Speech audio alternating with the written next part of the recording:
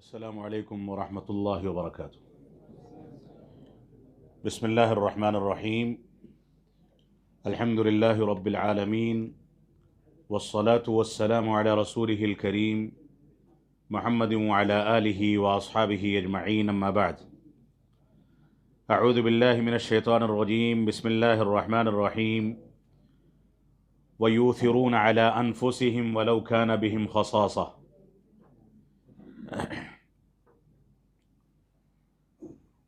محترم سامعین کرام، بزرگان دین، نوجوان ساتھیوں اور خواتین ملت اسلامیہ،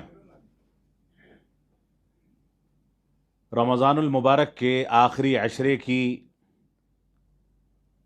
تیسری شب میں یعنی 25ویں طاق رات میں آپ حضرات سے مخاطب ہونے کا یہ مبارک اور سنہرا موقع اللہ رب العالمین نے نصیب فرمایا ہے۔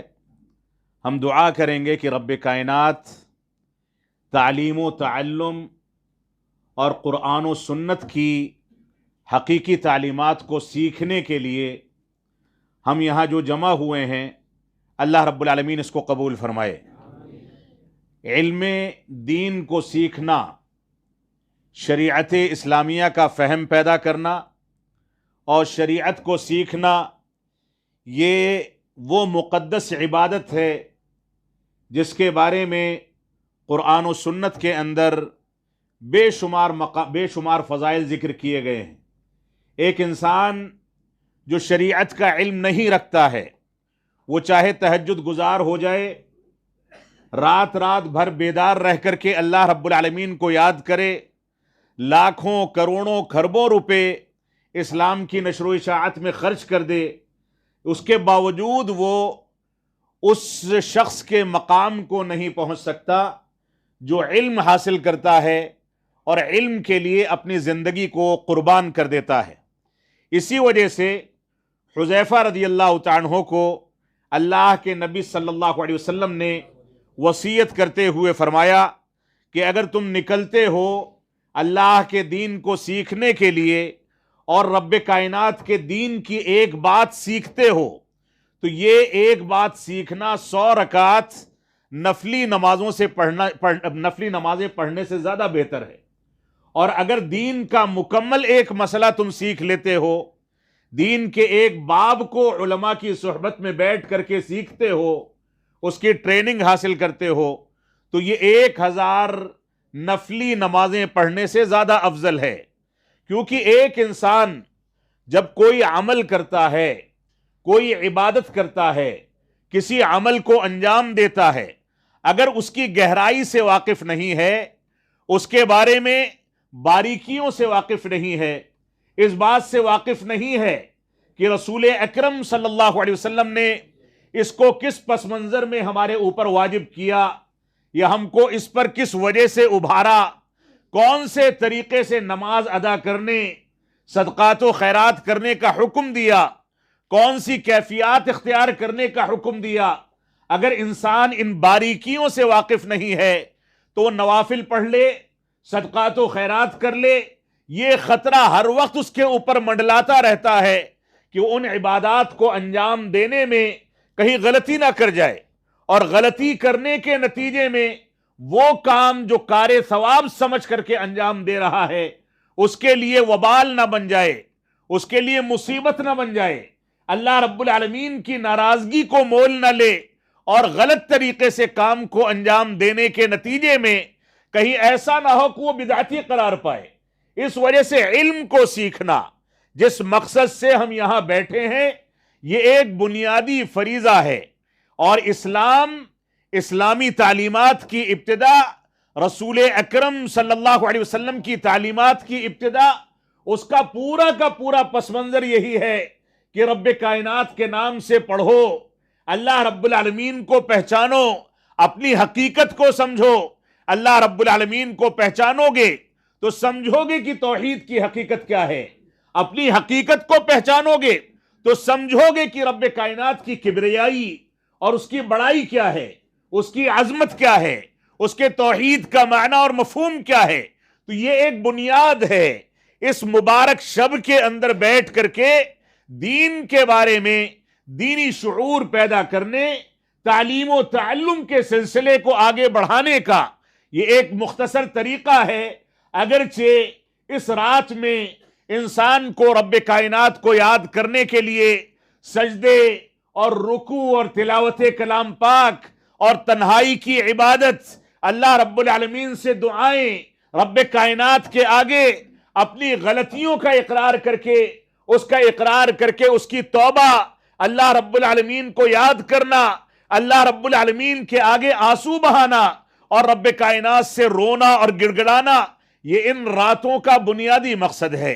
لیکن ان چیزوں کو انجام دینے میں آپ صحیح انداز سے علمی رہنمائی حاصل کر لیں، صحیح انداز سے دین کی رہنمائی حاصل کر لیں۔ یہ صحیح رہنمائی آپ کو تبھی ملے گی جب آپ قرآن و سنت کو سمجھیں گے، اس کی تعلیمات کو سمجھیں گے، تب جا کر کے آپ جو عبادت انجام دیں گے اس عبادت کا ایک خلفیہ ہوگا، اس کا ایک اخلاص ہوگا، اس کی ایک بنیاد ہوگی۔ رب کائنات سے قربت کے جو وسائل آپ علم حاصل کرنے کے بعد اختیار کریں گے، وہ وسائل جاہل رہتے ہوئے، علم سے دوری کی زندگی گزارتے ہوئے کبھی حاصل نہیں کر سکتے۔ یہی وجہ ہے کہ ایک اور مقام پر رسول اکرم صلی اللہ علیہ وسلم نے ارشاد فرمایا کہ تم میں سے ایک عابد اور ایک عالم، یعنی ایک وہ شخص جو علم دین کو سمجھتا ہے، دین کا شعور رکھتا ہے، دین کے اتار چڑھاؤ کو جانتا ہے، وہ جانتا ہے کہ توحید کے حقائق کیا ہیں، اتباع رسول کے حقائق کیا ہیں، عظمت صحابہ کا مطالبہ کیا ہے، وہ جانتا ہے کہ قرآن مجید کے حقوق کیا ہیں، مصطلح حدیث اور حدیث رسول کے اصول و ضوابط کیا ہیں۔ اللہ کے نبی صلی اللہ علیہ وسلم فرماتے ہیں ایک عابد ایک عالم کے اوپر، ایک عالم ایک عابد کے اوپر ویسے ہی فضیلت رکھتا ہے جیسے میں تمام ستاروں کے اوپر فضیلت رکھتا ہوں۔ یعنی گویا ایک چمکتا ہوا سورج، یہ چمکتا ہوا چاند، یہ عالم ہے، اور چھوٹے چھوٹے ٹمٹمانے والے یہ ستارے جو کبھی بھی بجھ جاتے ہیں، ماند پڑ جاتی ہے ان کی روشنی، یہ عباد کی مثال دی گئی۔ اسی وجہ سے بعض روایات میں یہاں یہ تک کہا گیا کہ ایک عالم ایک شیطان پر 1000 عابدوں اور عباد سے زیادہ بھاری ہوتا ہے۔ اس وجہ سے ہمیں دین کے شعور کو سمجھنے کے لیے، دین کو سیکھنے کے لیے علماء سے جڑ کر کے دین کی تعلیم حاصل کرنا، یہ ہمارے لیے سب سے عظیم فریضہ اور سب سے عظیم عبادت ہے۔ کیونکہ انسان علم کے ساتھ کسی عبادت کو انجام دے، وہ عبادت اس کے اندر اخلاص ہوتا ہے، رب کائنات کی فرما برداری ہوتی ہے، اللہ رب العالمین کی اطاعت ہوتی ہے۔ اللہ رب العالمین نے ہم کو کن باتوں کا حکم دیا ہے، کن چیزوں سے روکا ہے، کن چیزوں سے دور رہنے کا حکم دیا، کن چیزوں کو اپنانے کا حکم دیا، اس چیز کا پورا شعور اس کے اندر موجود ہوتا ہے۔ میں اس مختصر خطاب میں آپ حضرات کے سامنے ایثار و قربانی کے موضوع پر تھوڑی سی گفتگو کروں گا۔ اللہ رب العالمین ہم کو اپنی زندگی میں تمام امور میں ایثار و قربانی پیش کرنے کی توفیق عطا فرمائے۔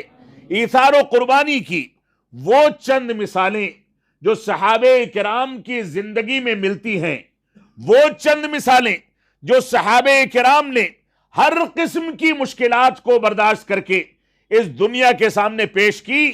ان کے پاس کھانے کا کچھ نہیں تھا، پینے کا کچھ نہیں تھا، چلنے کے لیے، سفر کرنے کے لیے سواریاں نہیں تھیں، جنگ اور جہاد کرنے کے لیے ہتھیار نہیں تھے، ان کے پاس وسائل نہیں تھے، امکانات نہیں تھے، گاڑی گھوڑے نہیں تھے، سر ڈھانکنے کے لیے مکانات نہیں تھے، پہننے کے لیے کپڑا نہیں تھا، کہیں سر ڈھانکنے کے لیے کوئی زمین جائیداد نہیں تھی۔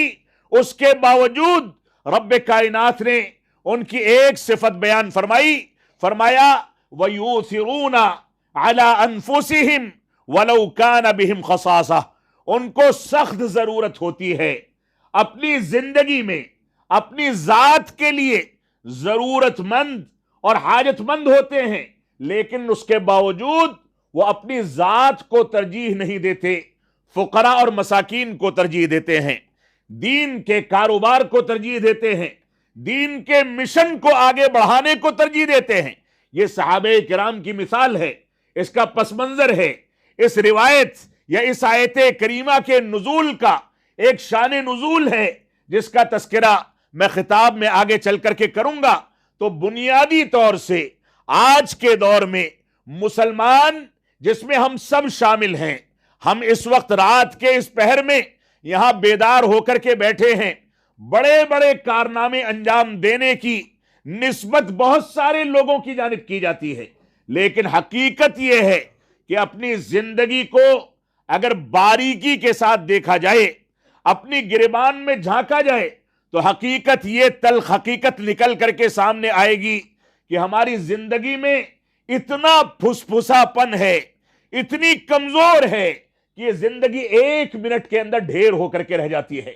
ہم نمازیں ادا کرتے ہیں، ہمارے خاص مقاصد ہیں، ہم تلاوت کلام پاک کرتے ہیں، ہمارے خاص مقاصد ہیں، ہم مسجدیں تعمیر کرتے ہیں، ہمارے خاص مقاصد ہیں، ہم اعتکاف کا اہتمام کرتے ہیں، ہمارے خاص مقاصد ہیں۔ وہ دور دیکھیں صحابہ کرام کا کہ نماز پڑھتے میں کسی دشمن نے حملہ کر دیا، جسم پر زخم لگا ہے، لیکن سلام پھیرنے سے پہلے زخم کی تکلیف کو محسوس نہیں کرتے، کیونکہ خشوع و خضوع اور رب کائنات سے ملنے اور اس کے ساتھ انہماک اور رب کائنات کے ساتھ سرگوشی کا یہ عالم تھا کہ دنیا کی سارے آرام، ساری تکلیفیں ایک جانب، جب ہم رب کائنات کے آگے جھک گئے تو ساری تکلیفیں بیکار ہیں، کمتر ہیں، اور ساری نعمتیں ہیچ ہیں۔ صحابہ کرام اس بات پر توجہ نہیں دیتے تھے۔ یہ صورتحال تھی صحابہ کرام کی کہ مسجدوں کو آباد کرنے کے لیے اپنے گھر قربان کر دیں، اپنے کاروبار قربان کر دیں۔ تو آج کے دور میں ہم روٹین کے اسلام پر چلنے کے عادی ہو گئے ہیں۔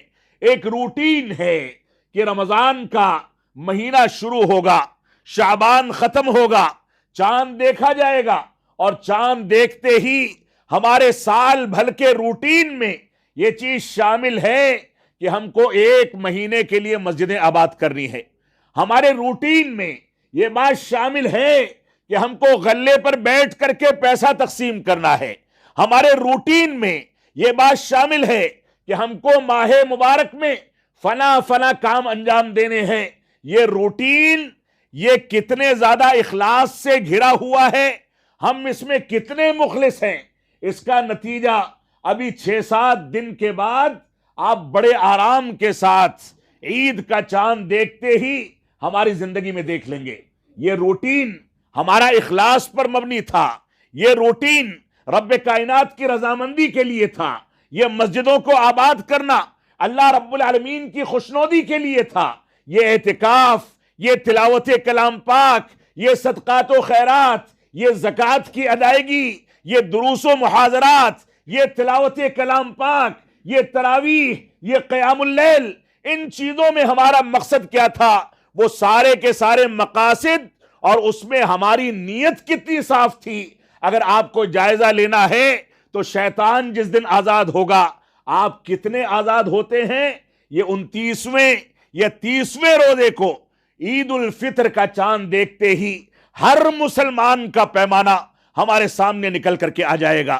یہ مسجدیں اگر ویران ہو گئی، یہ تلاوت کلام پاک بقیہ کے 11 مہینوں کے لیے چھوڑ دیا گیا، صدقات و خیرات کے دروازے بند کر دیے گئے، تلاوت کلام پاک کا اہتمام ختم کر دیا گیا، یہ ہمارے جسم پر اسلامی لباس کے مظاہرے ختم ہو گئے، ہم نے پھر سے وہی ہڑدنگ شروع کر دی کہ نماز چھوٹے تو چھوٹے، لیکن ہم کو رات میں فلاں میچ میں پہنچنا ہے، فلاں لوگوں کو دیکھنا ہے، فلاں فلمیں دیکھنی ہے، فلاں چیزوں کو پورا کرنا ہے۔ اگر وہی روٹین دوبارہ آنے والا ہے تو یہ اس بات کا نتیجہ ہے کہ ہم نے ایک مہینہ شیطان کے قید خانے میں جانے کے نتیجے میں اپنے اندر کے شیطان کو قید تو کر دیا تھا، لیکن رب کائنات جس کو راضی کر کے اپنے باطن کی پاکیزگی اختیار کرنی تھی، تقوی اختیار کرنا تھا، اپنے آپ کو شکر گزار بنانا تھا، رب کائنات کی کبریائی اختیار کرنی تھی، وہ سارے کے سارے مقاصد ہم نے حقیقی معنی میں اختیار نہیں کیے ہیں۔ تو رب کائنات کا فرمان ہے، یا ایھا الذین آمنوا کتب علیکم الصیام کما کتب علی الذین من قبلکم لعلکم تتقون، اے ایمان والو تمہارے اوپر روزے ویسے ہی فرض کیے گئے ہیں جیسے تم سے پہلی امتوں پر فرض کیے گئے تھے، لعلکم تتقون، تاکہ تم متقی بن جاؤ، ایک مہینے کے متقی نہیں، پوری زندگی کے لیے متقی بن جاؤ، صرف رمضان کے ایام کے لیے نہیں، پورے سال کے لیے متقی بن جاؤ۔ یہ تقوی آپ سے اس بات کا مطالبہ ہرگز نہیں کرتا کہ آپ عید کا چاند دیکھنے تک نمازی رہیں، یہ تقوی آپ سے یہ مطالبہ ہرگز نہیں کرتا کہ آپ صرف رمضان میں اپنے رشتے کو مساجد سے مضبوط رکھیں، بلکہ یہ تقوی آپ سے مطالبہ کرتا ہے کہ آپ پورے سال رب کائنات کا ڈر، اس کی خشیت، اس کا خوف اور اس کا تقوی اپنے دل میں بیٹھا کر کے رکھیں۔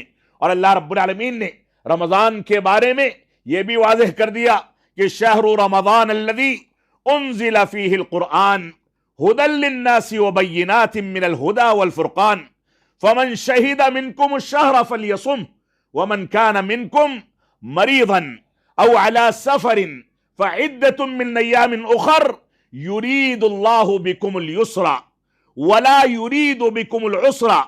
اللہ رب العالمین نے اس آیت کریمہ میں مکمل طریقے سے رمضان کے دیگر بعض مقاصد کا بھی تذکرہ کر دیا۔ اللہ رب العالمین نے فرمایا کہ یہ رمضان کا مہینہ ہے جس میں قرآن مجید جیسی مقدس کتاب کو نازل کیا گیا، جو مقدس کتاب بدقسمتی سے مزاروں کی زینت بن کے رہ گئی، جو مقدس کتاب بدقسمتی سے تعویذ گنڈے کا سامان بن کے رہ گئی، جو مقدس کتاب صرف رمضان کے رمضان جزدانوں سے نکلنے والی کتاب بنی اور اس کے بعد اس کو تبرک حاصل کرنے کے لیے گھروں کی طاقوں میں سجا دیا گیا۔ بدقسمتی یہ ہے کہ یہ کتاب جس کے بارے میں عمر بن خطاب رضی اللہ تعالیٰ عنہ فرماتے ہیں، ان اللہ یرفع بہذا الکتاب اقواما ویضع بہ آخرین، کہ اللہ رب العالمین اس کتاب کے ذریعے ایک قوم کو اس کو اپنانے، اس پر عمل پیرا ہونے، اس کے مطابق زندگی کو ڈھالنے کے نتیجے میں سربلندی عطا فرماتا ہے، اور دوسری قوم جو اس کو محض تبرک سمجھ لے، صرف مزاروں تک، تعویذ گنڈے تک، اسلام کی ممانعت، اسلامی تعلیمات کی ممانعت کے باوجود اس کو غلط طریقے سے استعمال کرے، تو فرمایا وَيَضَعُ بِهِ آخرین، یہ کتاب اس کی دو دھاری تلوار کی مثال ہے کہ اس کی ایک دھار یہ بھی ہے کہ اس کو اپنانے کے باوجود اگر غلط طریقے سے اپنایا گیا تو یہ کتاب آپ کو تباہ بھی کر سکتی ہے، آپ کے لیے وبال بھی بن سکتی ہے، عذاب پیدا کر سکتی ہے، آپ کی تباہی کا سامان بن سکتی ہے۔ لہذا یہ کتاب جو ماہ مبارک میں، اس مبارک مہینے میں نازل کی گئی، اس کتاب کو رب کائنات نے اس آیت کریمہ میں واضح کر دیا کہ اس کتاب کے اندر حق و باطل کے درمیان تفریق کرنے کی ساری صفت موجود ہیں۔ یہ کتاب واضح طریقے سے بتاتی ہے کہ توحید کیا ہے اور توحید کے مد مقابل شرک کیا ہے۔ یہ کتاب بتاتی ہے کہ اتباع رسول کیا ہے اور بدعات و خرافات کیا ہیں۔ یہ کتاب واضح فیصلہ کرتی ہے کہ صحابہ کرام کا مقام کیا ہے اور صحابہ کرام کی تنقیص اور ان کی توہین کرنے والوں کی رذالت اور ان کی ذلت کیا ہے۔ یہ کتاب واضح فیصلہ کرتی ہے کہ بڑوں کا مقام کیا ہے، چھوٹوں کی اہمیت کیا ہے۔ یہ کتاب واضح فیصلہ کرتی ہے کہ نئی نسل کی اسلامی تربیت کا مقام کیا ہے۔ یہ کتاب واضح فیصلہ کرتی ہے کہ چاند سورج کی اہمیت کیا ہے، اس کے بارے میں ہمارے مواقف کیا ہونے چاہیے، ان کے سلسلے میں کون سے راز ہیں جو قرآن مجید نے ذکر کر دیے۔ تو یہ کتاب مکمل طریقے سے حق و باطل کے درمیان تفریق پیدا کرنے والی کتاب ہے۔ یہ کتاب واضح کرتی ہے کہ نبی کے ساتھ کیا سلوک کیا جائے، یہ کتاب واضح کرتی ہے کہ ماں باپ کے مقام کو کیسے سمجھا جائے، یہ کتاب واضح کرتی ہے کہ ماں باپ کی عظمت کیا ہے، یہ کتاب واضح کرتی ہے کہ صحابہ کرام کا مقام کیا ہے، یہ کتاب واضح کرتی ہے کہ بڑوں کا مقام کیا ہے۔ یہ کتاب مکمل طریقے سے اس بات کی رہنمائی کرتی ہے کہ ہم کو دنیا کے اندر کیسے زندگی گزارنی ہے۔ تو یہ کتاب حق و باطل کے درمیان تفریق پیدا کرنے والی کتاب ہے۔ لہذا اس کتاب کو رمضان المبارک کی نسبت سے اپنے سینے سے لگایا جائے اور پوری زندگی کے لیے حرز جاں بنا کر کے اس کے مطابق اپنی زندگی کو ڈھالا جائے۔ یہ شہر رمضان کا ایک بنیادی پس منظر ہے جو اس آیت کریمہ کے اندر رب کائنات نے ذکر کر دیا۔ اللہ رب العالمین نے اس میں یہ بھی فرمایا کہ رب کائنات نے تمہارے اوپر واجب کیا ہے کہ جس کو یہ رمضان کا موسم مل جائے وہ اس کی تعداد یعنی روزوں کی تعداد کو پورا کرے۔ اللہ رب العالمین نے آگے فرمایا رب کائنات تمہارے لیے آسانی پیدا کرنا چاہتا ہے، مشکلات پیدا نہیں کرنا چاہتا۔ وہ چاہتا تو کہہ دیتا کہ 12 مہینوں میں سے 6 مہینہ روزہ رہو اور 6 مہینہ بغیر روزے کے رہو، لیکن اس کی رحمت اور اس کی عظمت اتنی عظیم ہے کہ اس نے یہاں تک کہہ دیا کہ رمضان کے 29 روزے ہوں یا 30 روزے ہوں، ایک کو کم از کم 10 سے ضرب دے دو، اور 29 ہو یا 30 ہو 300 روزوں کا ثواب اسی ایک مہینے میں تم کو دے دیا جاتا ہے۔ اور اس کے بعد پورے سال روزے سے رہنا چاہتے ہو تو شوال کے 6 روزے رکھ کر کے سال مکمل کر لو۔ یہ رب کائنات کی آسانیاں ہیں جو اس نے ہم کو دے رکھی ہیں، وہ مشکلات نہیں چاہتا۔ اتنی آسانیاں پیدا کی کہ اسی آیت کریمہ میں فرما دیا کہ اگر تم میں کوئی سفر میں ہے، مریض ہے، بیمار ہے، تو وہ روزے چھوڑ کر کے اس کی تعداد کو دوسرے ایام میں پورا کر لے، قضا کر لے۔ وہ چاہتا تو بیماری کے ایام میں بھی واجب کر دیتا، وہ چاہتا تو سفر کے ایام میں بھی واجب کر دیتا، لیکن اس نے تمہارے لیے آسانیاں پیدا کر دی۔ اتنی آسانیاں پیدا کی کہ ہر مہینے میں اپنے نبی کی سنت تم کو بتا دی کہ 13، 14 اور 15 تاریخوں میں ایام 20 میں روزہ رکھ کر کے 3 روزوں کے بدلے 30 روزوں کا ثواب کما لو۔ ایک مہینے میں 3 نفلی روزے رکھو گے، گویا پورے مہینے روزے سے رہے۔ وہی اتنا نہیں ہے، سوموار اور جمعرات کا روزہ رکھ لو، صحت اپنی جگہ پر فٹ ہوگی اور پورے کے پورے ثواب کماتے چلے جاؤ گے۔ یہ رب کائنات کی آسانیاں ہیں۔ اللہ رب العالمین نے فرمایا یرید اللہ بکم اليسر ولا یرید بکم العسر۔ اللہ رب العالمین تمہارے لیے آسانی چاہتا ہے، مشکلات نہیں چاہتا۔ وَلِتُكْمِلُوا الْعِدَّةَ وَلِتُكَبِّرُوا اللَّهَ عَلَى مَا هَدَاكُمْ۔ اللہ رب العالمین نے آگے فرمایا وہ چاہتا ہے کہ تم رمضان کے روزوں کی تعداد کو پورا کرو۔ وَلِتُكَبِّرُوا اللَّهَ عَلَى مَا هَدَاكُمْ۔ اور رمضان کے بنیادی مقاصد میں سے ایک مقصد یہ بھی ذکر کر دیا گیا کہ اللہ رب العالمین کی بڑائی بیان کرو، اس کی کبریائی بیان کرو۔ اس بات کو سمجھ لو کہ تمہاری حیثیت کچھ نہیں ہے۔ ایک شخص بیمار پڑ جائے، 1 کروڑ نہیں، 10 کروڑ نہیں، دنیا کی ساری دولت اس کے اوپر لگا دی جائے اور یہ ضمانت دینے کی کوشش کی جائے کہ اگلا رمضان اس کو نصیب ہو جائے گا، نہیں ہو سکتا۔ انسان کتنے بھی وسائل اختیار کر لے، کتنی بھی ترقی کر لے، اپنی زندگی کو بچانے کے لیے کتنے بھی امکانات اختیار کر لے، وہ چاہے کہ رمضان کی یہ رات اس کو صلاۃ فجر تک نصیب ہو جائے، اگر اس کے مقدر میں زندگی نہیں ہے تو نہیں نصیب ہو سکتی۔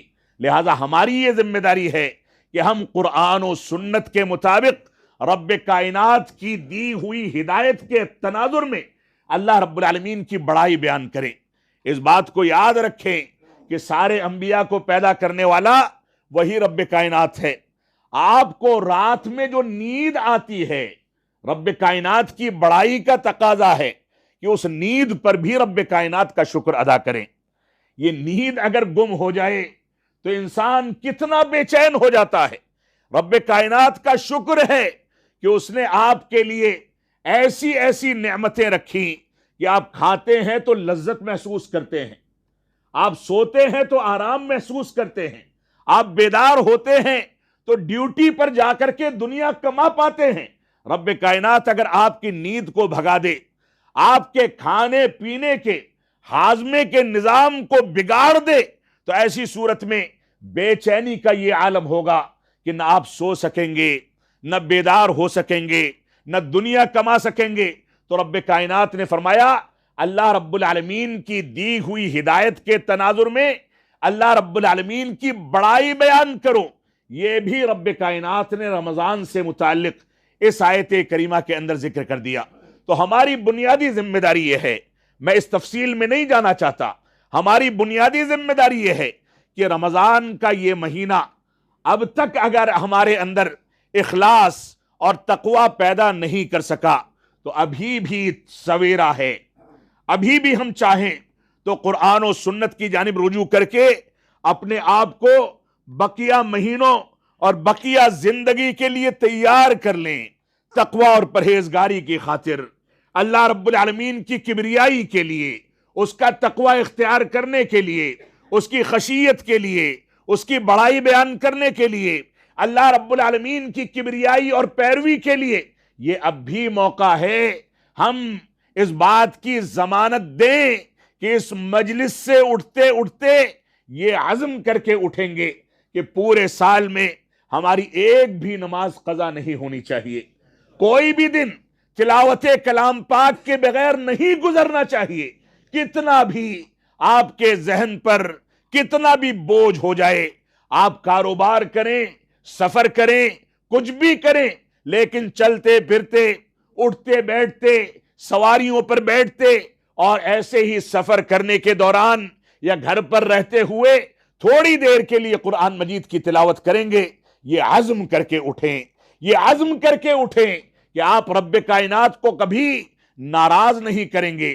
یہ عزم کر کے اٹھیں کہ آپ کے اس منہ کے اندر، جس منہ میں رب کائنات نے زبان دی، چبانے کے لیے دانت دیے، ہونٹ دیے، اور ایسے ہی اس کے اندر نہ جانے کون کون سی نعمتیں سمیٹ کر کے رکھ دی، آپ اس بات کا عزم کریں کہ اس منہ کے اندر سارے کے سارے کھانے پینے کی لذتیں جائیں گی، لیکن ایک قطرہ بھی حرام کا داخل نہیں ہوگا، کیونکہ آپ نے ایک لقمہ حرام کا کھا لیا تو آپ کی دعائیں قبول ہونا بند ہو جائیں گی، آپ کی عبادات رائگاں جائیں گی۔ لہذا آپ اس بات کی سعی کریں، اس بات کا وعدہ کریں، اس بات کا عزم کریں کہ رب کائنات کی رحمت اور اس کی توفیق سے ہم آج کے بعد حلال و حرام کی تمیز کر کے حلال پر اکتفا کریں گے، حرام سے اجتناب کریں گے، رب کائنات کے حقوق میں کوئی کوتاہی نہیں کریں گے۔ اگر یہ چیزیں ہم نے اس مقدس رات کے اندر اپنے دل و دماغ میں بیٹھا لی، یہ عزم کر کے اٹھے اس مجلس میں رب کائنات کے حضور یہ وعدہ کر لیا کہ ہماری زندگی اصلاح کی جانب بڑھے گی، تقوی کی جانب بڑھے گی، رب کائنات کی رضامندی کو تلاش کرنے کی جانب بڑھے گی، تب تو اس مجلس کا فائدہ ہے۔ ورنہ آپ آئیں اور آپ کے دلوں کے اوپر زنگ لگا ہو، وقتی طور پر کوئی مثال، کوئی بات آپ کو بہت اچھی لگے، آنکھوں سے آنسو بھی جاری ہو جائیں، اور گھر نکلتے نکلتے وہی میل اور وہی زنگ آپ کے دل پر پھر سے چڑھ جائے، اور اس کے بعد وہی ویرانہ زندگی، وہی جنگلی زندگی، وہی شیطان کی پیروی، وہی قرآن و سنت سے دوری، وہی توحید کے تقاضوں سے غفلت، وہی اتباع رسول سے دوری۔ اگر یہ صورتحال ہے تو معاف فرمائیں گے، ایک دن آپ کی آنکھیں بھی مدنی ہیں، ہماری آنکھیں بھی مدنی ہیں، ایک دن آپ کو بھی اس دنیا سے رخصت ہونا ہے، ہم کو بھی ہونا ہے۔ آخرت میں کیا جواب دیں گے؟ آپ گریبان میں جھانک کر کے اس بات کو سوچئے، اس بات پر غور و تدبر کیجئے۔ یہ ہماری ذمہ داری ہے کہ ہم اپنی باطنی اصلاح کے لیے رمضان کے بقیہ ایام کو استعمال کریں۔ آپ دیکھیں، آپ صحابہ کرام کی مثالیں سامنے رکھیں۔ صحابہ کرام کی صورتحال یہ تھی کہ ایک ایک حدیث کے لیے ایثار و قربانی کا یہ جذبہ تھا کہ ایک ایک حدیث کے لیے، علم کے حصول کے لیے کوسوں اور میلوں سفر کیا کرتے تھے، جس کی چند مثالیں میں آپ کے سامنے ذکر کر دوں۔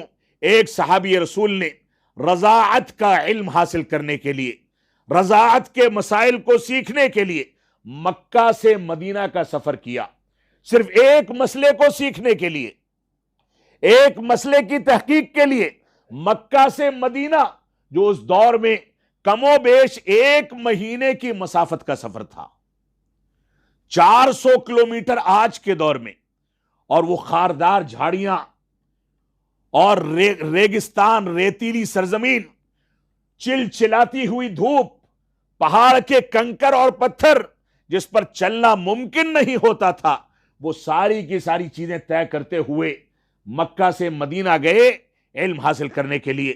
آپ دیکھیں جابر بن عبداللہ رضی اللہ تعالیٰ عنہ صرف ایک حدیث کو سیکھنے کے لیے، ایک حدیث کے حصول کے لیے دمشق کا سفر کرتے ہیں، مدینہ سے دمشق جاتے ہیں۔ ابو ایوب انصاری رحمت اللہ علیہ نے مدینہ سے مصر کا سفر صرف ایک حدیث کو سیکھنے کے لیے کیا، جو کم و بیش مدینہ منورہ کے سفر کے بالمقابل، مکہ اور مدینہ کے سفر کے بالمقابل 3 گنا زیادہ تھا، یعنی تقریباً 1500 کلومیٹر آج کے دور میں۔ اس دور کی مشقتیں الگ ہیں، مسافتیں الگ ہیں، امکانات اور وسائل الگ ہیں، لیکن ایک حدیث کو حاصل کرنے کے لیے مصر کا سفر کیا۔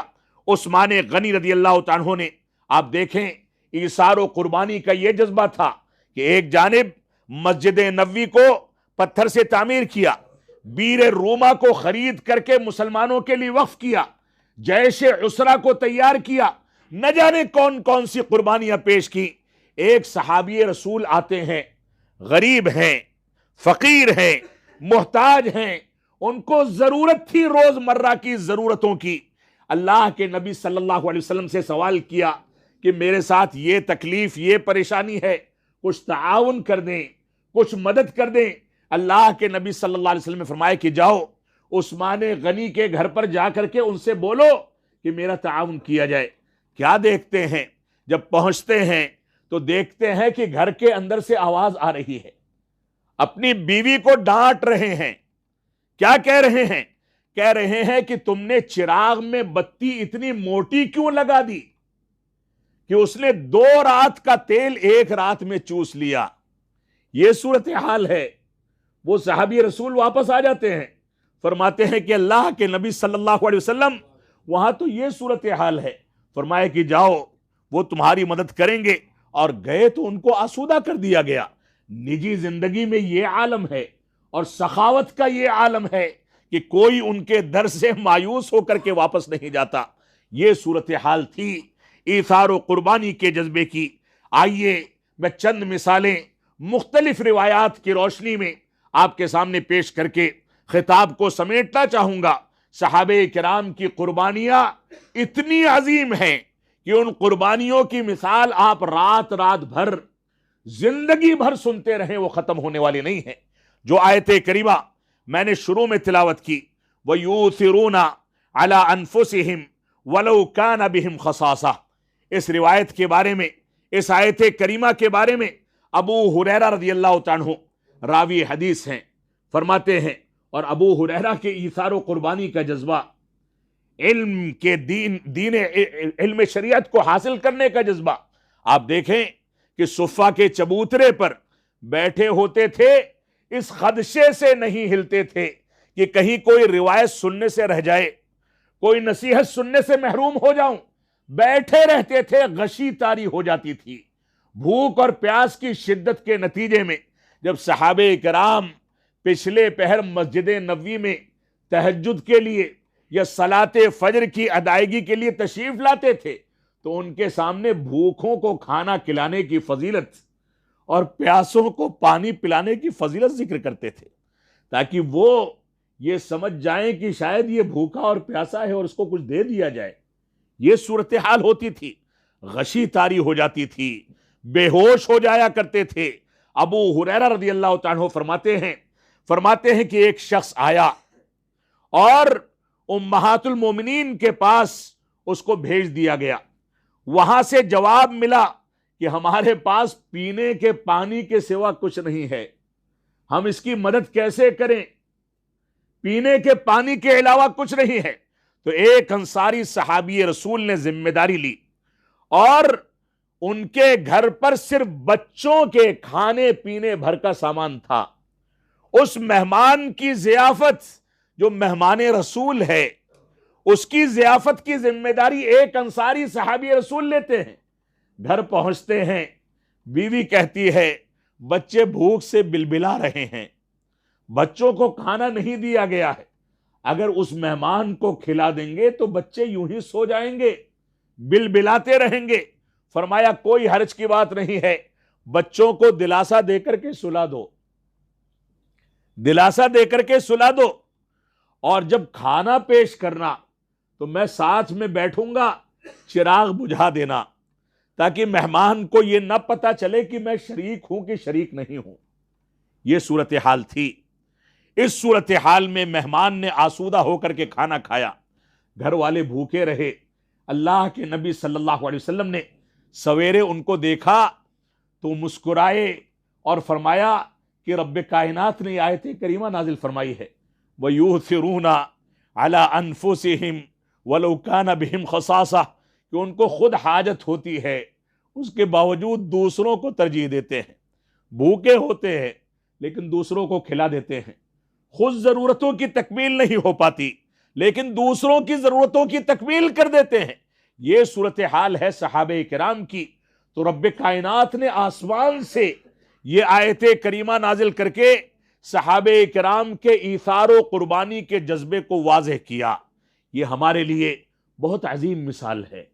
آج کے دور میں ہمارے شادی بیاہ کے خرچے کم نہ ہونے پائیں، گاڑی گھوڑے خریدنے کے خرچے کم نہ ہونے پائیں، مکانات کو عالی شان طریقے سے ڈیکوریٹ کرنے کا خرچہ کم نہ ہونے پائے، غریب جائے در بدر پھرتا رہے، مدارس اسلامیہ کمزور ہو جائیں، مساجد کمزور ہو جائیں، مساجد کے ائمہ کمزور ہو جائیں، وہ آپ کی ضرورتوں کو پورا کر سکے نہ کر سکے، آپ کو اس سے غرض نہیں ہے، لیکن آپ کے اسٹیٹس کے مطابق شادی بیاہ کا پنڈال ہونا چاہیے، بڑے بڑے جہیز کی ڈیل ہونی چاہیے، اور بڑی بڑی چیزوں کا انتظام ہونا چاہیے، کیمرے لگے ہوں، لائٹیں لگی ہوں، ایک ایک شادی میں کم از کم 15 20 25 آئٹم کھانے کے رکھے جائیں، اور ایک ایک میز سے جو کھانا پھینکا جائے اس ایک میز کے کھانے پر کم از کم 10 آدمی آسودہ ہو کر کے کھا لیں،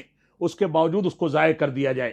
صحابہ کرام کے ایثار و قربانی کے اس جذبے کے تناظر میں اپنے عمل کا جائزہ لیں، اور اسی رات میں اس بات کا عزم کر کے اٹھیں کہ ہم فضول خرچی، اسراف و تبذیر کی جانب کبھی نہیں نکلیں گے۔ رب کائنات کی رضامندی کا تقاضا ہے کہ ہم اپنی زندگی میں اعتدال پیدا کریں، وسطیت پیدا کریں، دین اسلام کی تعلیمات کے مطابق زندگی کو ڈھالیں۔ یہ ہماری بنیادی ذمہ داری ہے۔ اللہ رب العالمین ہم کو ان باتوں کی توفیق عطا فرمائے۔ صحابہ کرام کے ایثار و قربانی کے جذبے کی ایک مثال مہاجرین صحابہ کرام کے لیے انصار صحابہ کرام کی اخوت کی مثالیں ہیں۔ اس میں بے شمار مثالیں ملتی ہیں۔ عبد الرحمن بن عوف جب مدینہ تشریف لائے رضی اللہ تعالیٰ عنہ، تو اللہ کے نبی صلی اللہ علیہ وسلم نے ان کے اور سعد بن ربیع انصاری رضی اللہ تعالیٰ عنہ کے درمیان اخوت کی مثال قائم کی، اخوت کا رشتہ قائم کیا۔ ایسی صورت میں ان کے پاس، انصاری صحابی رسول کے پاس 2 بیویاں تھیں۔ انہوں نے اپنے مہاجر ساتھی سے کہا میرے پاس 2 بیویاں ہیں، ایک کو طلاق دے دیتا ہوں، ایک کو طلاق دے دیتا ہوں، عدت گزار لے تو اس کو اپنے عقد میں لے کر کے نکاح میں لے لینا۔ ایثار و قربانی کا یہ جذبہ تھا۔ صورتحال یہ تھی کہ اپنی زمین جائیدادیں انصار صحابہ کرام نے مہاجر صحابہ کرام کو وقف کر دی، ان کو دے دی، ان کے روز مرہ کی ضرورتوں کی تکمیل کی، بازار میں لے جا کر کے ان کو سامان خریدوایا، ان کے لیے ساری قربانیاں پیش کی، اور رہتی دنیا تک، جب سے دنیا قائم ہے اور جب دنیا ختم ہوگی تب تک ایسی مثال پوری انسانیت مل کر کے اگر پیش کرنا چاہے تو نہیں پیش کر سکتی۔ تو یہ اخوت کی مثالیں تھیں، یہ ایثار و قربانی کا ایک جذبہ تھا، جس جذبے کو سامنے رکھ کر کے ہم اپنی زندگی کا جائزہ لیں۔ آپ دیکھیں ام المؤمنین عائشہ صدیقہ رضی اللہ عنہا کی ایثار کی ایک مثال یہ ہے کہ رسول اکرم صلی اللہ علیہ وسلم کے بغل میں جو قبر کا مقام چھوڑا گیا تھا وہ عائشہ صدیقہ رضی اللہ عنہا کے لیے تھا۔ اور کون شخصیت ہوگی جو پیارے حبیب کے بغل میں دفن نہ ہونا چاہے؟ عائشہ صدیقہ رضی اللہ عنہا سے اپنی وفات سے پہلے شہادت کا زخم چکھنے کے بعد عمر بن خطاب رضی اللہ عنہ نے گزارش کی، اپنے بیٹے ابن عمر کو بھیجا کہ جاؤ اماں عائشہ کے پاس کہو کہ میں اس جگہ پر تدفین کی خواہش رکھتا ہوں، اگر وہ تنازل کر لیں اور یہ جگہ مجھ کو دے دیں تو ایسی صورت میں میری تدفین یہاں کر دی جائے۔ اماں عائشہ صدیقہ رضی اللہ عنہا نے ایثار و قربانی کے جذبے کے تحت رب کائنات کی رضامندی کے لیے وہ جگہ جو آپ کے حبیب کے بغل میں آپ کے لیے خاص کی گئی تھی اس کو وقف کر دیا، عمر بن خطاب رضی اللہ عنہ کو دے دیا اور اپنے لیے جنت البقیع کے مقام کو اور وہاں کی قبر کو خاص کر لیا۔ یہ صورتحال تھی ایثار و قربانی کے جذبے کی۔ ایثار و قربانی کا جذبہ آپ کو دیکھنا ہے تو عمر بن خطاب رضی اللہ عنہ کے اس رویے کو دیکھیں، اس روایت کو دیکھیں۔ کہتے ہیں کہ امرنا رسول اللہ صلی اللہ علیہ وسلم یوماً ان نتصدق، کہ ایک دن رسول اکرم صلی اللہ علیہ وسلم نے ہم کو اس بات کو حکم دیا کہ ہم صدقہ کریں۔ کہتے ہیں میں جلدی اپنے گھر کے 50% سامان کو، اپنے گھر کی آدھی دولت کو سمیٹ کر کے اللہ کے نبی صلی اللہ علیہ وسلم کی خدمت میں پہنچ گیا۔ پہنچ کر کے سوچتے ہیں اپنے دل میں کہ آج سبقت کرنے والوں میں، سب سے زیادہ صدقہ کرنے والوں میں میرا نام لکھ لیا جائے گا، میرا حبیب مجھ سے راضی ہو جائے گا، رب کائنات کی رضامندی کا اعلان ہو جائے گا۔ کہتے ہیں میں جب پہنچتا ہوں خدمت میں تو دیکھتا ہوں ابو بکر صدیق رضی اللہ عنہ آئے۔ اللہ کے نبی صلی اللہ علیہ وسلم نے عمر رضی اللہ عنہ سے پوچھا کہ اپنے گھر والوں کے لیے ما ابقیت لأہلک، اپنے گھر والوں کے لیے کیا چھوڑا ہے؟ تو فرمایا اس میں سے آدھا مال گھر والوں کے لیے چھوڑ کر کے آیا ہوں۔ عمر بن خطاب رضی اللہ عنہ نے جب مال چھوڑا لا کر کے پیش کیا تو ان سے بھی پوچھا ما ابقیت لأہلک، اپنے گھر والوں کے لیے کیا چھوڑ کر کے آئے ہو؟ تو فرمایا اللہ اور اس کے رسول کو چھوڑ کر کے آیا ہوں۔ پوری دولت، سارا مال اٹھا کر کے لا کر کے اسلام کے نام پر وقف کر دیا۔ عمر بن خطاب رضی اللہ عنہ فرماتے ہیں تب میری سمجھ میں آیا کہ ابو بکر کا مقام مجھ سے بڑا کیوں ہے، مجھ سے اونچا کیوں ہے۔ یہ ایثار و قربانی کا جذبہ تھا کہ پورا کا پورا مال لا کر کے رسول اکرم صلی اللہ علیہ وسلم کی خدمت میں پیش کر دیا۔ آپ دیکھیں عمر بن خطاب رضی اللہ عنہ نے اپنے عہد خلافت میں صحابہ کرام کا امتحان لینا چاہا۔ امتحان لینے کے لیے اپنے خادم کو کچھ مال لے کر کے بھیجا، 400 دینار غلام کے ہاتھ عبیدہ بن جراح رضی اللہ عنہ کے پاس بھیجے اور فرمایا جا کر کے ان کو کہنا کہ یہ خلیفۃ المسلمین نے آپ کی ضرورتوں کی تکمیل کے لیے آپ کو ہدیہ بھیجا ہے۔ فرماتے ہیں ٹھیک ہے، مال لیا، اپنے غلام کو فوراً بلایا اور پورے کے پورے مال کو اس کے ہاتھ میں رکھ کر کے کہا کہ فلاں شخص میرے چوکھٹ پر آیا تھا، اس کو اتنا دے دو، فلاں کو اتنا دے دو، فلاں کو اتنا دے دو، فلاں کو اتنا دے دو۔ یہی صورتحال دوسرے صحابہ کرام کے ساتھ اختیار کی گئی۔ سب نے مال لیتے ہی اپنے غلام کے ہاتھ میں رکھ کر کے مدینہ کے فقراء میں تقسیم کرا دیا۔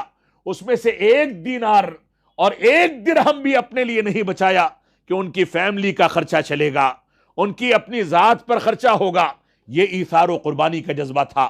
آپ عمر بن خطاب رضی اللہ عنہ کا خود دیکھ لیں، وہ عہد مبارک، وہ خلافت راشدہ کا دور، جب بیمار پڑتے ہیں تو شورا کو بلاتے ہیں، صحابہ کرام سے مشورہ کرنے کے لیے ان کو جمع کرتے ہیں اور جمع کر کے ان سے کہتے ہیں کہ میری طبیعت صحیح نہیں ہے، مجھ کو طبیب نے شہد کے استعمال کا مشورہ دیا ہے، آپ لوگ اجازت دیں تو بیت المال سے تھوڑا سا شہد لے کر کے میں اس کو استعمال کر لوں۔ صحابہ کرام نے کہا آپ تو مسلمانوں کے خلیفہ ہیں، آپ کو اس بات کا حق حاصل ہے، آپ چاہیں تو لے سکتے ہیں، اس کے باوجود اجازت کیوں لیتے ہیں؟ تو یہ صورتحال تھی شفافیت کی، امانت داری کی۔ ابو بکر صدیق رضی اللہ تعالیٰ عنہ کی جب وفات ہونے لگی، اس سے پہلے وصیت کرتے ہیں کہ میری فلاں جائیداد بیچ کر کے بیت المال میں ڈال دی جائے، فلاں مال کو بیت المال میں دے دیا جائے، کیونکہ میں نے اگر کچھ استعمال کیا ہے، کچھ زیادتی ہو گئی ہے تو اس کی تلافی کر سکوں۔ یہ امانت داری اور یہ ایثار و قربانی کا جذبہ تھا۔ ہماری ذمہ داری ہے کہ ہم قرآن و سنت کے مطابق اپنے اندر اسی جذبے کو پیدا کریں۔ آپ دیکھیں جابر بن عبداللہ رضی اللہ عنہ کو جب اللہ کے نبی صلی اللہ علیہ وسلم نے دیکھا کہ انہوں نے نکاح کر لیا ہے، فرمایا کیا تم نے شادی کر لی ہے؟ ہاتھ پر زردی کا رنگ دیکھا تو فرمایا کہ ہاں میں نے شادی کر لی ہے۔ تو فرمایا کہاں شادی کی؟ تو فرمایا ایک ثیبہ یعنی بیوہ عورت سے نکاح کر لیا ہے۔ تو اللہ کے نبی صلی اللہ علیہ وسلم نے فرمایا کسی باکرہ سے، کنواری لڑکی سے شادی کرتے، وہ تمہارے ساتھ کھیلتی، تم اس کے ساتھ کھیلتے، زندگی کا وہ جائز لطف اٹھاتے جو رب کائنات نے حلال کیا ہے۔ تو جابر بن عبداللہ رضی اللہ عنہ نے فرمایا کہ میرے والد نے اپنے پیچھے میری چھوٹی چھوٹی 10-12 بہنوں کو چھوڑا ہے، میں نے ثیبہ اور مطلقہ یا بیوہ عورت سے شادی اس وجہ سے کی تاکہ وہ میرے گھر میں آئے تو میری بہنوں کی پرورش کر سکے، ان کی تربیت کر سکے۔ اگر کنواری کو لاتا تو اس کو یہ تجربہ نہ ہوتا۔ یہ ایثار و قربانی کا جذبہ تھا۔ اللہ رب العالمین ہم کو ایثار و قربانی کے اس جذبے کو سمجھنے کی توفیق عطا فرمائے۔ خندق کا معاملہ ہو، غزوہ خندق میں صحابہ کرام نے اپنے پیٹوں پر جو پتھر باندھ رکھے تھے، رسول اکرم صلی اللہ علیہ وسلم نے 2 پتھر باندھے تھے۔ عثمان غنی رضی اللہ عنہ کے ایثار و قربانی کا جذبہ، ابو بکر صدیق رضی اللہ عنہ کے ایثار و قربانی کا جذبہ، خلفائے راشدین، صحابہ کرام اور اس کے علاوہ بے شمار مثالیں اس ایثار و قربانی کے جذبے کی خود رسول اکرم صلی اللہ علیہ وسلم کی زندگی میں موجود ہیں۔ اما عائشہ کہتی ہیں ہم ایک بار چاند دیکھتے تھے، پھر سے چاند دیکھتے تھے، پھر سے چاند دیکھتے تھے، ہمارے گھروں میں چولہا نہیں جلتا تھا۔ صحابہ کرام نے پوچھا کہ کیسے گزر بسر ہوتا تھا؟ تو فرماتی ہیں علی الاسودین، 2 سیاہ چیزوں پر کھجور کھاتے تھے، پانی پی لیتے تھے، 3 مہینے اسی میں گزر جایا کرتے تھے۔ یہ ایثار و قربانی کا جذبہ تھا۔ ایثار و قربانی کی بے شمار مثالیں تاریخ اسلام میں بھری پڑی ہیں، صحابہ کرام کی زندگی میں بھری پڑی ہیں، سیرت رسول میں بھری پڑی ہیں۔ لیکن آج کے دور میں ہم ایثار و قربانی کے کون سے جذبے پر عمل کرتے ہیں؟ عام طور سے مسلمانوں کا رجحان یہ ہے کہ مال میں اتنا مال ہمارے پاس سال بھر رہا، اس کا 2.5% یہ ہے، اس کو نکال دو۔ یہ زکوٰۃ کی ادائیگی یہ آپ کا واجبی فریضہ ہے، اس کو ادا نہ کرنے کی صورت میں اللہ رب العالمین نے ڈرایا ہے کہ یہ مال سانپ بن کر کے یا آگ بن کر کے آپ کو ڈسے گا۔ اصل ایمان کا جذبہ، ایثار و قربانی کا جذبہ یہ ہے کہ آپ زکوٰۃ کے فریضے کے علاوہ بھی صدقات و خیرات کا اہتمام کریں، اصل مال سے دین کے مشن کو آگے بڑھانے کی سعی کریں، اصل مال سے مساجد کی تعمیر کریں، اصل مال سے مدارس اسلامیہ کو اور علماء کو مضبوط کریں۔ یہ علماء اور یہ مدارس اسلامیہ اگر اس دنیا میں کمزور پڑ گئے تو نہ جنازہ پڑھانے والا کوئی ملنے والا ہے، نہ مسجدوں میں خطبہ دینے والا، نہ کسی انداز سے دینی رہنمائی کرنے والا۔ اللہ کی قسم، آپ نکاح کے پنڈال میں نکاح کی مجلس کو سجا کر کے بیٹھتے ہیں تو سب سے پہلے یہی مولوی یاد کیا جاتا ہے۔ جنازے میں جب باپ کے آخری رسومات کو ادا کرنا ہوتا ہے تو سب سے پہلے اسی مولوی کو یاد کیا جاتا ہے۔ یہ علماء کا طبقہ، یہ مسجدیں، یہ مدارس اسلامیہ اگر ہماری سست روی کے نتیجے میں کمزور پڑ گئے تو معاف فرمائیں گے ہمارا مستقبل بالکل تاریک ہو جائے گا۔ رب کائنات ہم کو صحیح معنی میں جہاں زکوٰۃ کی ادائیگی کرنے کی توفیق عطا فرمائے، وہیں ہم کو اس بات کی بھی توفیق عطا فرمائے کہ ہم صدقات کا اہتمام کر کے قرآن و سنت کی پیروی کریں، صدقات کے ذریعے رب کائنات کی رضامندی کو تلاش کریں۔ صحابہ کرام کے اندر ایثار و قربانی کا جو جذبہ تھا، رب کائنات وہی جذبہ ہم کو اختیار کرنے کی توفیق عطا فرمائے۔ وصلی اللہ علی نبینا محمد وعلی آلہ وصحبہ وسلم۔ والسلام علیکم ورحمۃ اللہ وبرکاتہ۔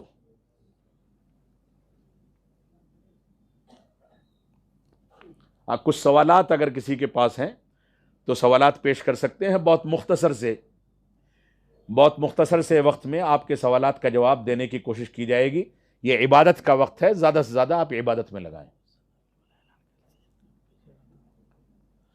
دوسرا ضروری اعلان یہ ہے کہ اس مبارک رات میں آپ سے یہ اپیل کی جاتی ہے کہ Abul Kalam Azad Islamic awakening centre اور اس کا اعلیٰ تعلیمی ادارہ جامعہ اسلامیہ سنابل اور اس کی مختلف تعلیمی برانچیں جو پورے ہندوستان میں اللہ رب العالمین کی توفیق سے کام کر رہی ہیں، اس ادارے کے نمائندے خود اس مسجد کے امام و خطیب اسی ادارے کے فارغ التحصیل ہیں، مولانا اشرف صاحب سنابلی، اور مولانا عبد الحکیم صاحب سلفی حفظہ اللہ جو اس ادارے کے سفیر ہیں، وہ بھی موجود ہیں۔ آپ حضرات ادارے کا تعاون کریں۔ یہ ادارہ تقریباً 5000 بچے بچیوں کی تعلیم کا بندوبست کرتا ہے، جس میں 5000 بچے بچیاں زیر تعلیم ہیں، اور اسی طریقے سے تقریباً 1500 بچے بچیاں اس کے ہاسٹل میں رہائش پذیر ہیں، جن کی پوری کفالت یہ ادارہ کرتا ہے۔ اور ایسے ہی اس ادارے کا سالانہ تعلیمی بجٹ 17 کروڑ روپے سے متجاوز ہے، جو تعلیمی بجٹ ہے۔ تعمیر کا بجٹ اس کے علاوہ ہے، یعنی کم از کم ایک مہینے میں یہ ادارہ 1.5 کروڑ روپے صرف تعلیم پر صرف کر رہا ہے۔ آپ حضرات کی ذمہ داری ہے کہ ادارے کو سپورٹ کریں، ادارے کا تعاون کریں، زکوٰۃ کے مد سے، صدقات کے مد سے آپ ادارے کا تعاون کریں۔ اس ادارے میں جو غریب و نادار طلبہ ہیں اور ایسے ہی جو اساتذہ ہیں، جو وہاں کا سسٹم ہے، اس میں یقیناً زکوٰۃ لگائی جا سکتی ہے۔ زکوٰۃ کے مصارف میں مدارس اسلامیہ شامل ہیں۔ اللہ رب العالمین نے سورہ توبہ میں جو ارشاد فرمایا، انما الصدقات للفقراء والمساکین والعاملین علیہا، ان مدوں جو 8 مد ذکر کیے گئے ہیں، ان میں سے 4 یا 5 مدوں میں مدارس اسلامیہ کو شامل کیا جا سکتا ہے۔ اللہ رب العالمین ہم کو مدارس اسلامیہ کو مضبوط کرنے کی توفیق عطا فرمائے۔ آپ حضرات اپنا تعاون ضرور پیش کریں۔ پیچھے نمائندے موجود ہیں، QR کوڈ بھی موجود ہے، آپ حضرات ڈائریکٹلی اکاؤنٹ پر ٹرانسفر کر سکتے ہیں، رسید لے سکتے ہیں، ادارے میں تعاون بھیج سکتے ہیں۔ اللہ رب العالمین آپ کے لیے اس تعاون کو ذخیرِ آخرت بنائے اور آپ کی کامیابی کا ذریعہ بنائے اور قبول فرمائے۔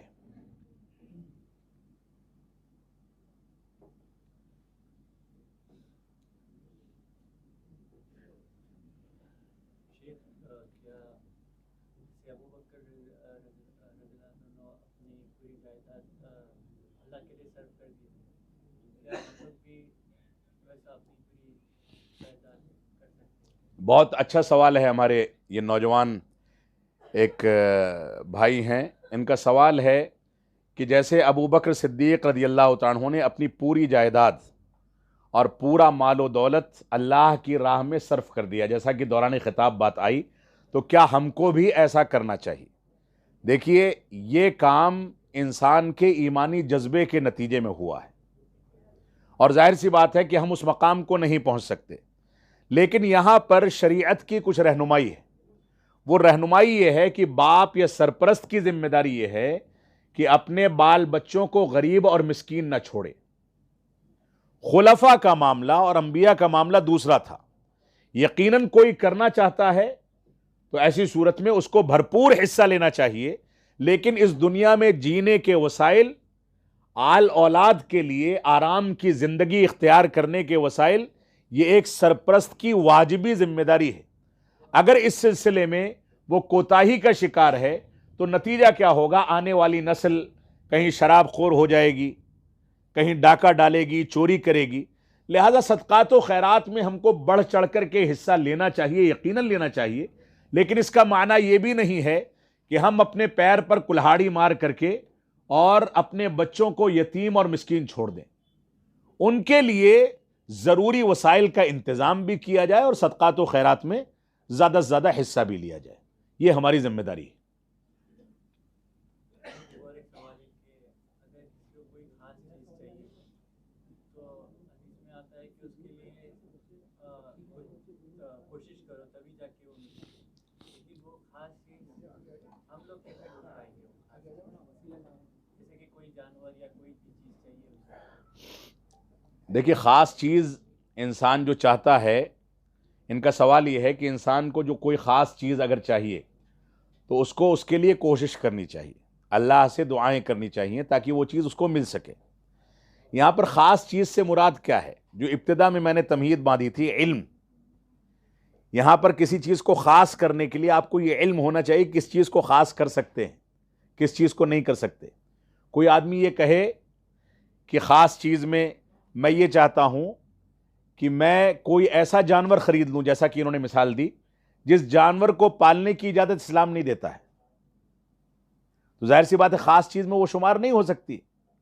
تو خاص چیز میں اللہ رب العالمین نے جن چیزوں کو ہمارے لیے حلال کیا ہے، جو وسائل ہمارے لیے اختیار کرنا جائز ہے، جن چیزوں کے اندر اسراف و تبذیر یا فضول خرچی نہیں ہے، خاص چیزوں سے مراد وہ ہو سکتی ہے۔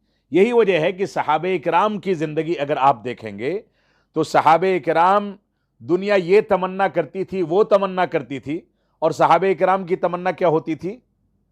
کہ اللہ رب العالمین کی رضامندی ہم کو مل جائے، جنت میں رسول اکرم صلی اللہ علیہ وسلم کی رفاقت مل جائے۔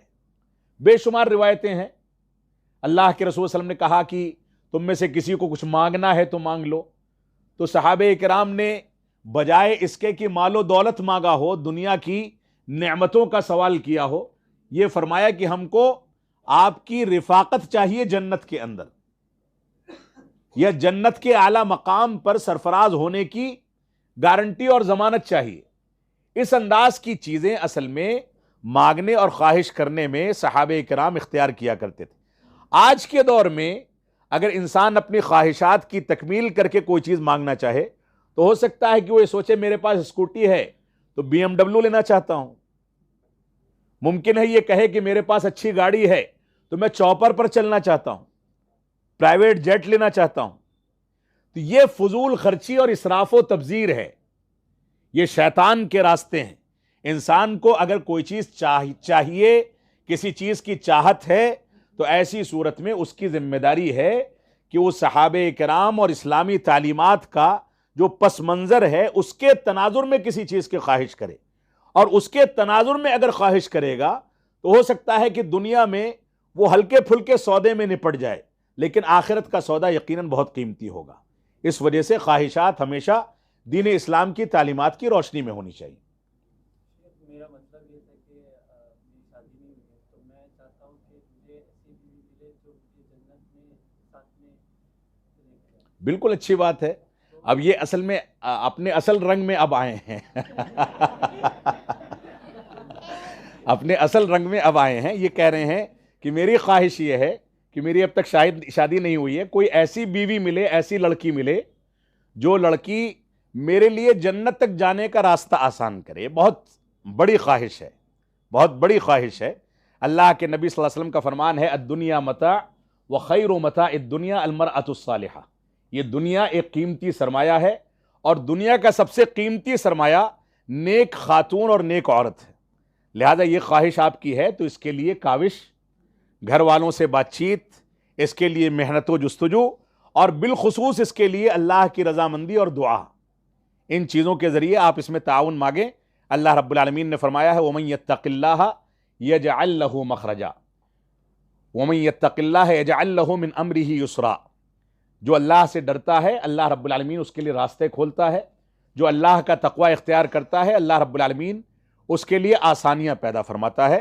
تو ہم یہی کہیں گے کہ آپ دعا کریں، اور ہم سب مل کر کے بھی دعا کریں گے کہ اللہ رب العالمین ان کی اس خواہش کو پورا کرے۔ جی اور کوئی سوال ہے؟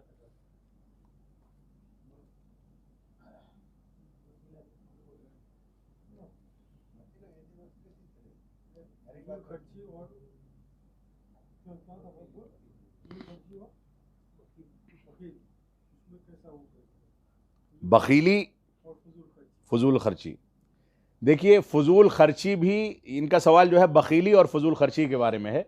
بخیلی بھی بری صفت ہے اور فضول خرچی بھی بری صفت ہے۔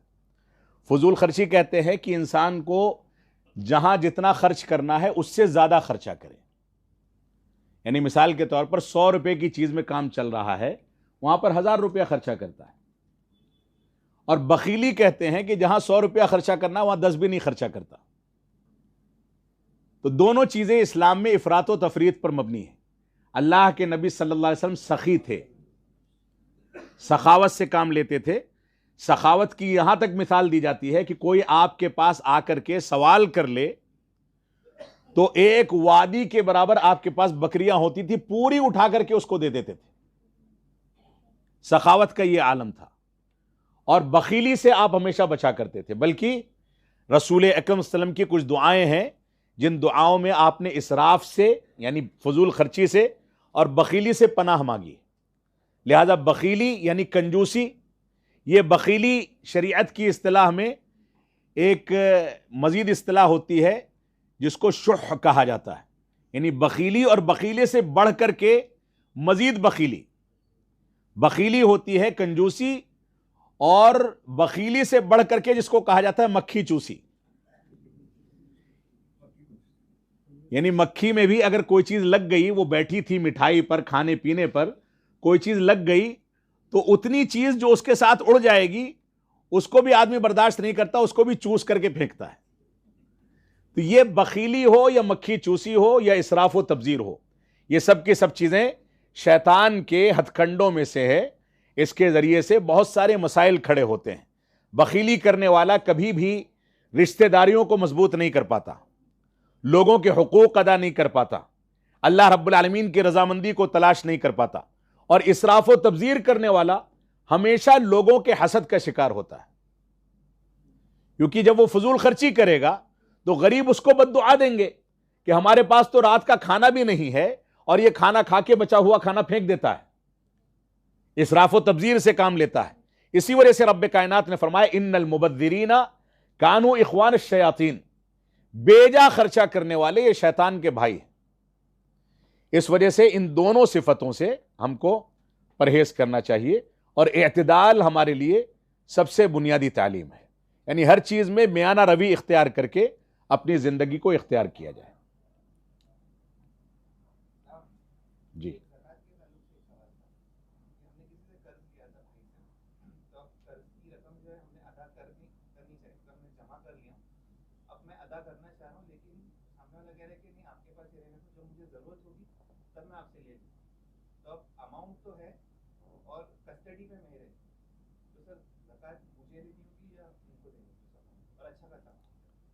نہیں، اس میں اصل میں 2-3 مسائل ہیں۔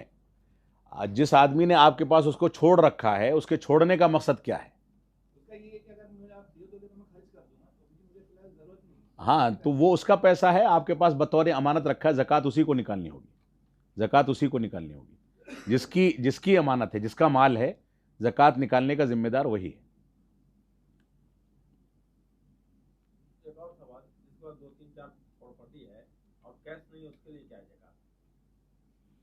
پراپرٹی سے بڑا کیش آج کے دور میں کوئی ہے؟ نہیں، دیکھیے پراپرٹی سے مراد اگر آدمی کا رہن سہن کا گھر ہے، یعنی خود ایک میں رہتا ہے، ایک میں اس کی بچی ہے، ایک میں اس کا بیٹا ہے، یعنی اپنے استعمال کا گھر ہے، تو اس پر تو زکوٰۃ نہیں ہے۔ ہاں، بھاڑا جو آ رہا ہے، جس مکان کا جو بھاڑا آتا ہے، وہ بھاڑا اگر اتنا اسٹور ہوتا ہے، اتنا آپ کے پاس جمع ہوتا ہے کہ وہ زکوٰۃ کے نصاب کو پہنچ جائے اور اس پر سال گزر جائے تو اس بھاڑے کا 2.5% زکوٰۃ نکالی جائے گی. نہیں، پراپرٹی پر نہیں، لیکن پراپرٹی کا کوئی بزنس کرتا ہے، بیچنے خریدنے کا کام کرتا ہے، وہی اس کا کاروبار ہے، تو پراپرٹی کی پوری قیمت پر زکوٰۃ نکلے گی.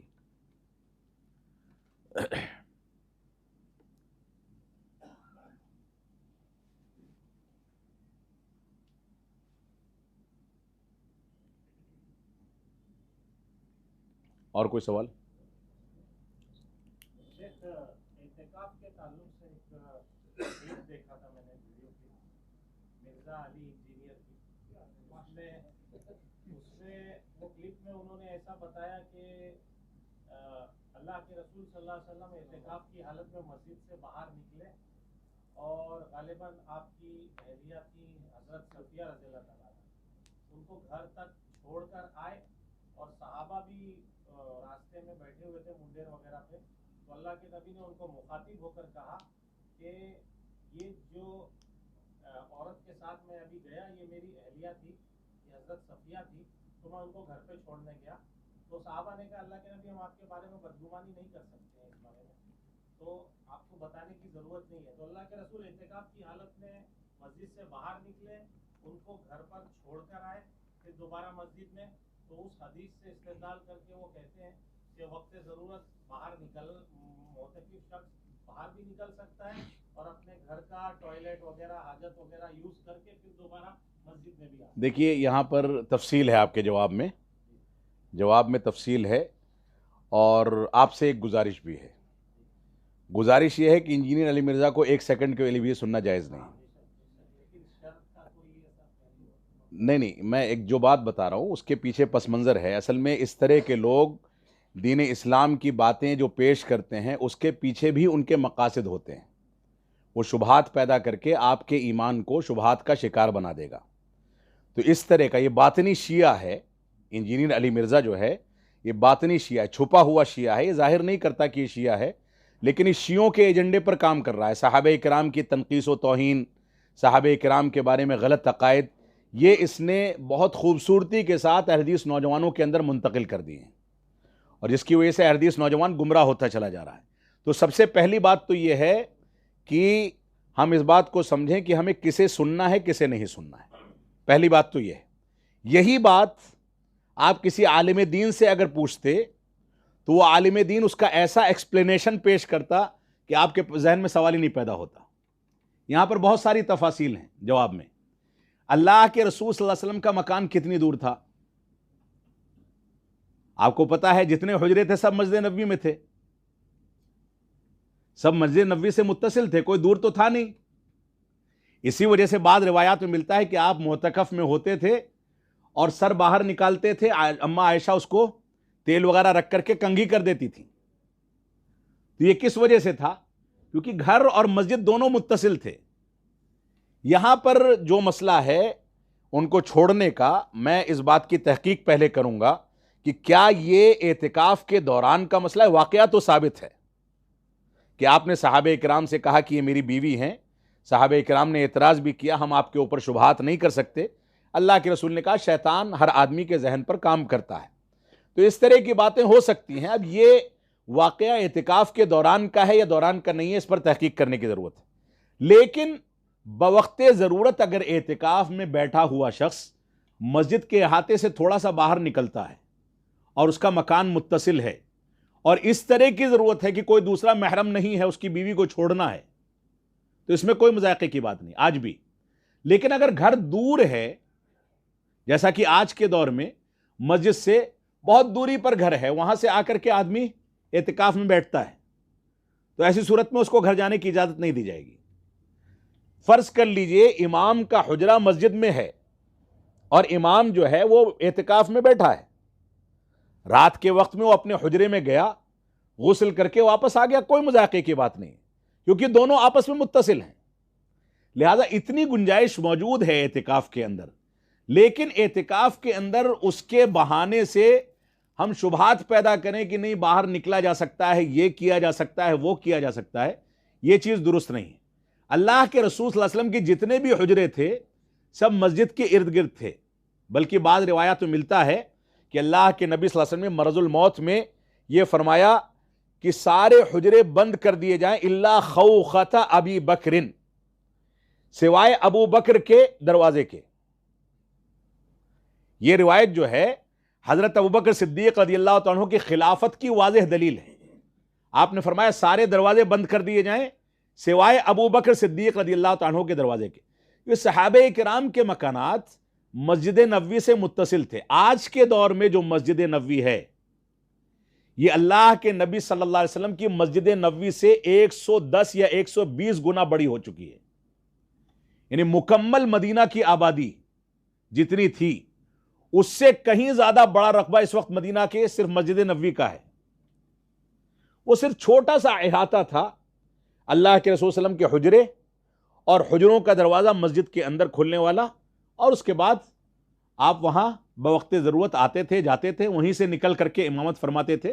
تو اگر یہ روایت اعتکاف میں بیوی کو گھر تک چھوڑنے کے لیے استدلال کرنے کے لیے صحیح ہے تو بھی وہ حجرہ متصل ہے، اس میں کوئی مذائقے کی بات نہیں ہے۔